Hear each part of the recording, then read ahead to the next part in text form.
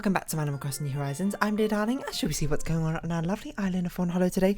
Well, I don't know what I'm going to be talking about today, so, we'll see conversationally where this goes. I mean, we could continue the horse racing conversation, but there's really nothing to say about that for the one from yesterday. So yeah, well, I don't know. What's the life been like for you? I mean, obviously, you can't really answer that, so, I'm going to have to assume your answer, or you'll be like, oh, it's good, or oh, it's bad, and, hopefully... if it's good, I'll be like, let's hope it continues that way. And if it's bad, then, I hope things get better. Wow, amazing conversation. Right, just full of youthful conversational energy, But anyway, hello there, everyone. Right now in Fawnhallow at 6:07 p.m. on Thursday, January 5th, 2023. Apparently I can't read. Dyscalculia or something. No, I don't know, dyscalculia. I forgot what I was going to say about all this. I don't know, I just randomly had a flashback back to secondary school where, talking to my teacher about it, we were just, wondering what, that dyslexia, applies to, letters or something, where if you don't know what dyslexia is, I'm not an expert in dyslexia, so, I might get things wrong, but it's basically where reading can sometimes be a little bit difficult because your mind sometimes can jumble up letters or something as you read things. And then he was just like, oh, what's the equivalent for numbers? And then he looked at it and it was dyscalculia. And I remember that conversation. Because at the time, I was sort of just going with it. But at the time, I was just like, oh yeah, interesting. But the only thing I could think of during that conversation, I was like, I don't even know where another question even came from, nor why it was asked towards me. It just sort of sticks in my mind. One of those random conversations, but it was sort of conversation where you just go, oh yeah, that sort of thing, No, not that it wasn't interesting. It was just, it's just so. It was really out of left field. We were doing chemistry revision for our A levels or something, and he just randomly asked me that, and I basically did not have a response, and was just like, who knows, who knows is all I can really say, but credit to all the people out there having their own conversations that they want the answers to, in the first place,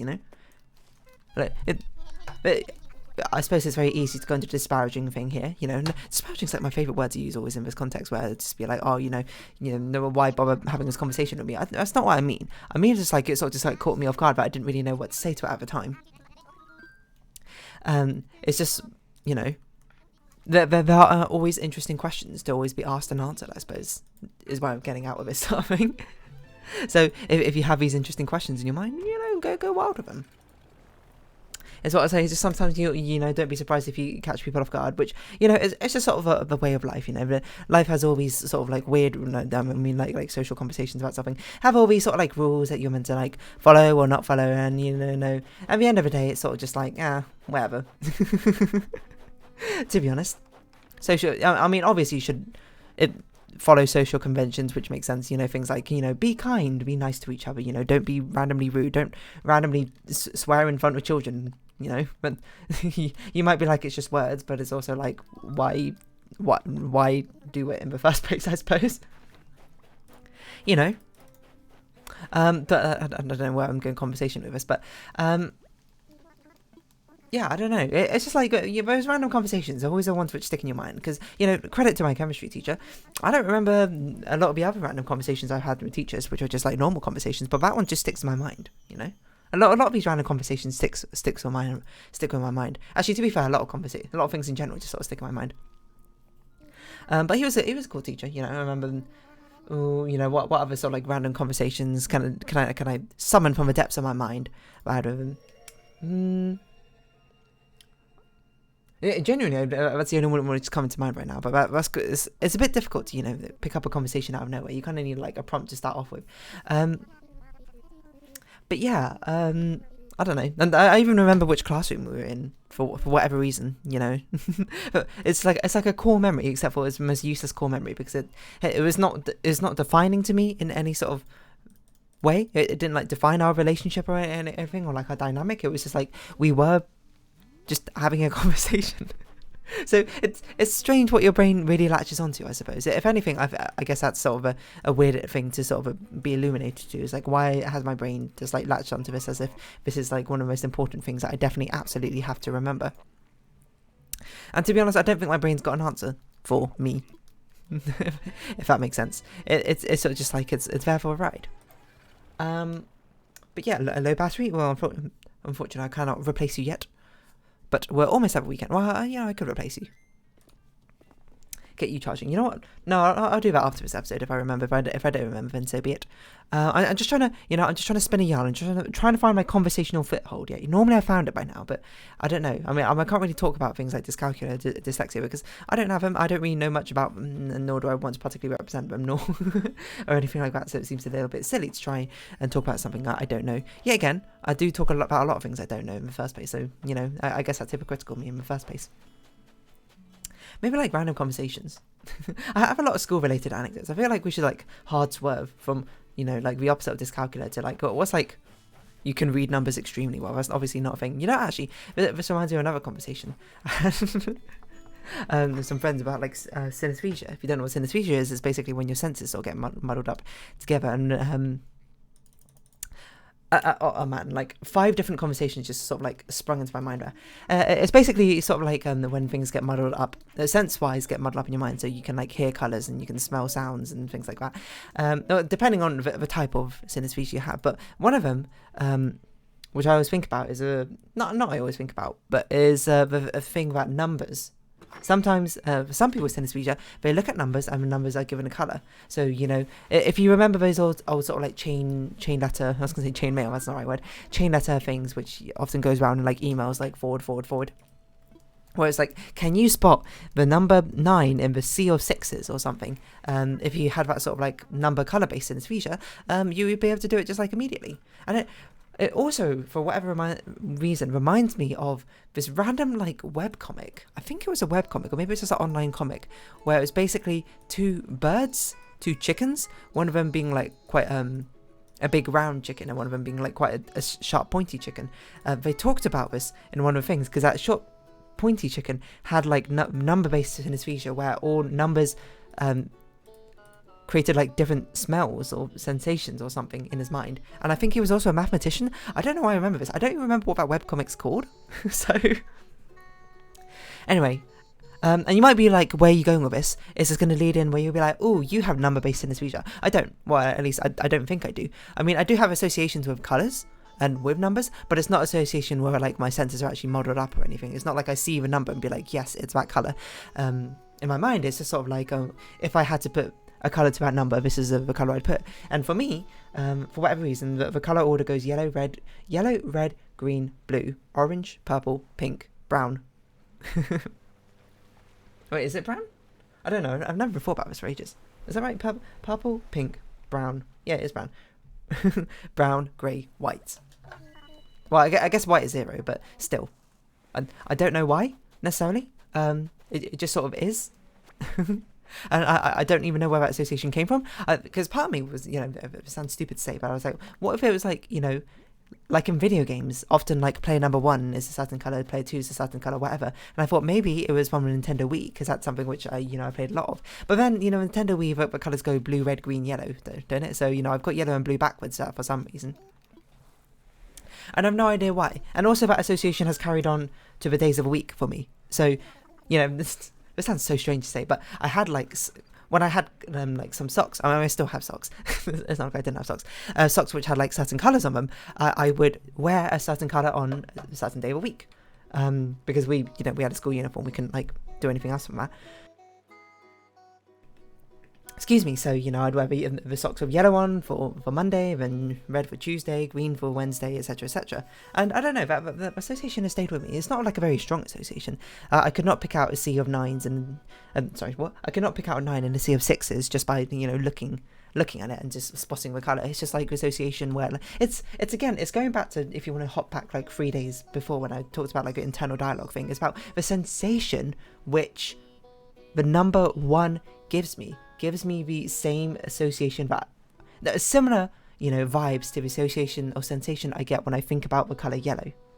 But it's not like I look at the number 1 or I think about the number 1, I picture yellow. It's just like they've got like linked vibes. So I guess kind of like if I have, it's not my senses are crossed over externally. It's like my senses are crossed over internally, which if that's a thing, that would explain a lot, because my thought process I feel like does not translate particularly well to external thought process, to external expressions, I suppose. So that makes it very strange, especially when I'm describing things. I mean, if you watch me for long enough, I tend to describe things in a very sort of roundabout, I talk in a very sort of roundabout way in the first place.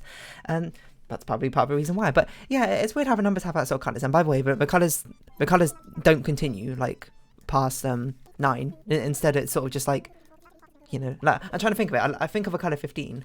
I mean, to be fair, I did that, and you know, I think the closest colour I can think of is some sort of orangey brown, which doesn't really make sense because that has no association with 1 and 5, which should be like yellow and orange. Well, okay, orange, I guess, but still. Actually, maybe it does have an association. Maybe it's more of a yellowy brown.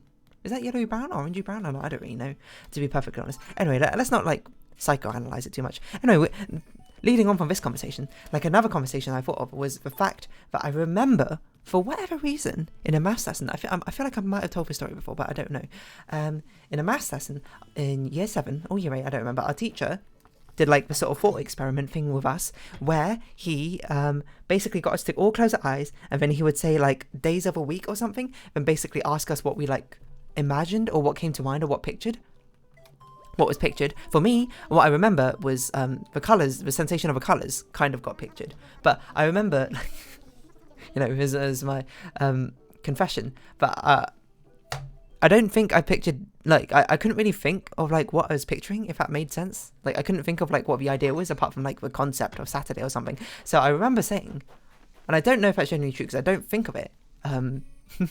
Because that sensation I described definitely doesn't come to mind, but it was basically, he like said the word Saturday, and he was like, "Hey, dear darling, or what do you picture when? What came to mind when you said Saturday?" When I said Saturday, and I said, I imagined it in Chinese, you know, and, you know, it's a fair association because I was like, probably because I have Chinese school on Saturday, that's just sort of like the association that's built in my mind. And then, you know, it's one of the things I definitely said as a harmless thing. Do I have that association now? No. Did I have that association back then? Probably I had that association, but it wasn't like the first thing which came to mind, I would say. It's sort of just like, you know, I just thought of a concept as a sensation on Saturday, which probably, you know, to be fair, probably did have overlap with, like something to do with Chinese school. Is that true? Let's see. Saturday, Chinese school. I can see it.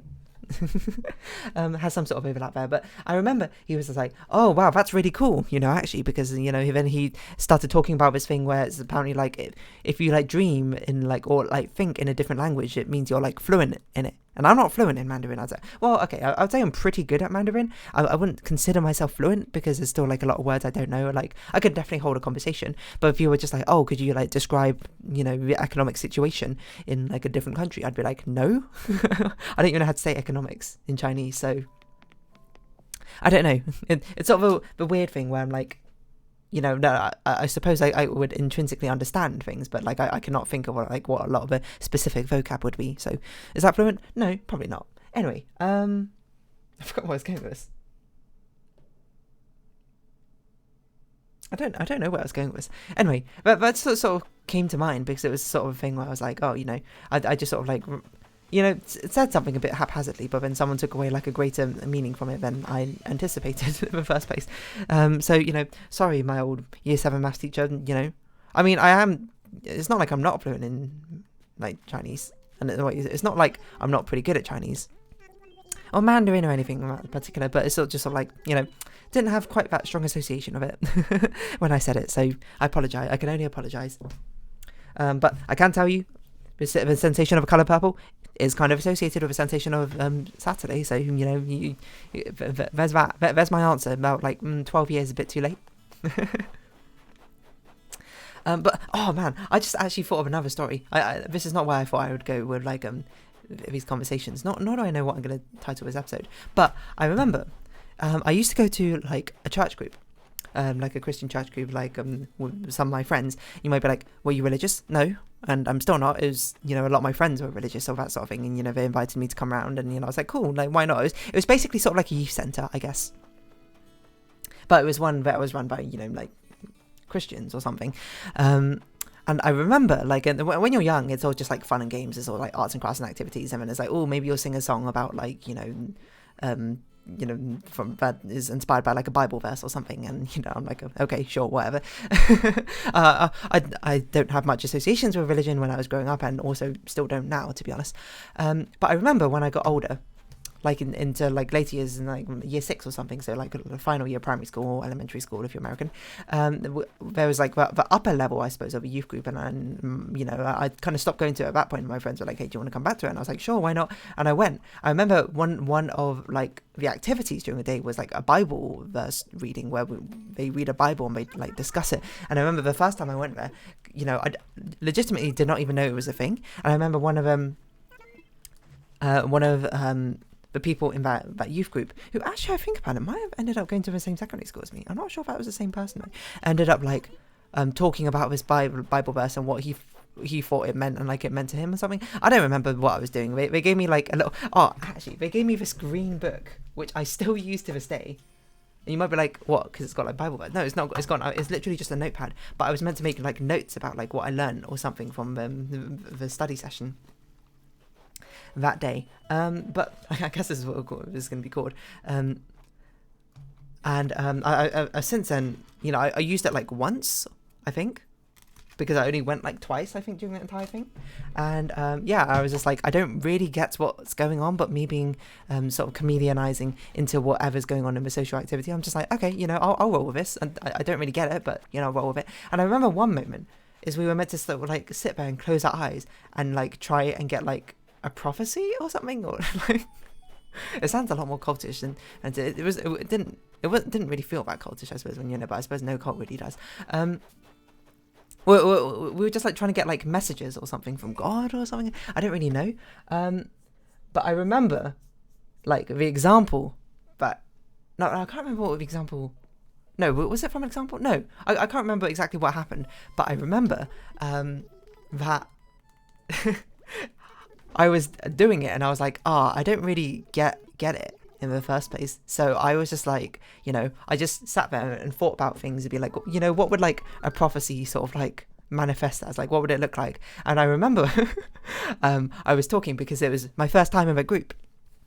I was partnering up with a friend, and like the youth leader or something came up to him and like started talking to us, being like, oh, what did you see there, etc., etc., and spoke about stuff like that. And I remember the story I said was something like there was a man trying to climb up a mountain, but he found it difficult or something because things kept coming down, things kept like slowing him and his progress, and he was about to give up when he saw like not a broken umbrella, but like a old umbrella or something, just like on the side of that snowy mountain. Then he picked up that umbrella and then opened it and somehow used it, and he was able to face everything that came like through the mountain, and he reached the top. It was something like that. And then that youth leader was like, wow, that's incredible. Like, I actually think you got like a prophetic message or something. And I can't remember exactly what he said, but it was very much a situation, just a loop background to the beginning, where I was just like, oh yeah, of course. Cool, because don't shoot a messenger. I was like 10 or something. I had essentially no clue what was going on, never been to church or anything like that. So I was just sort of like, I don't really get it. But then he seemed very convinced that like, there was some sort of like holy special thing about me, I suppose, where, I don't know, I guess I became like a prophet in his eyes or something. And then I never turned up to a youth club again. So, I guess I guess it ended up being a lost cause for him. But I just very distinctly remember that, because I was sort of just like rolling with it. But maybe it was a random prophecy. If you really wanted to sort of stretch your boundaries of what I'm talking about here, maybe some deity put that thought into my mind, and then there's no such thing as free will, and we're all just automatons in the end. Well, I got a bit sad, or not sad, I suppose, depending how you look on things. If there's no free will and you don't have a choice in free will, then it just kind of is what it is, isn't it?